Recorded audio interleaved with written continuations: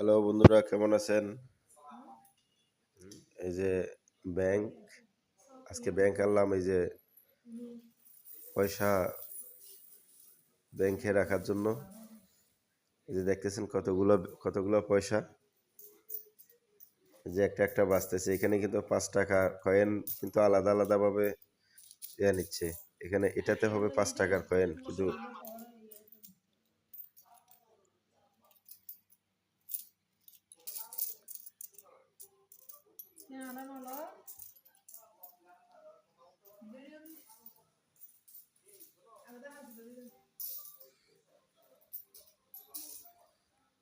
পয়সা লাগবো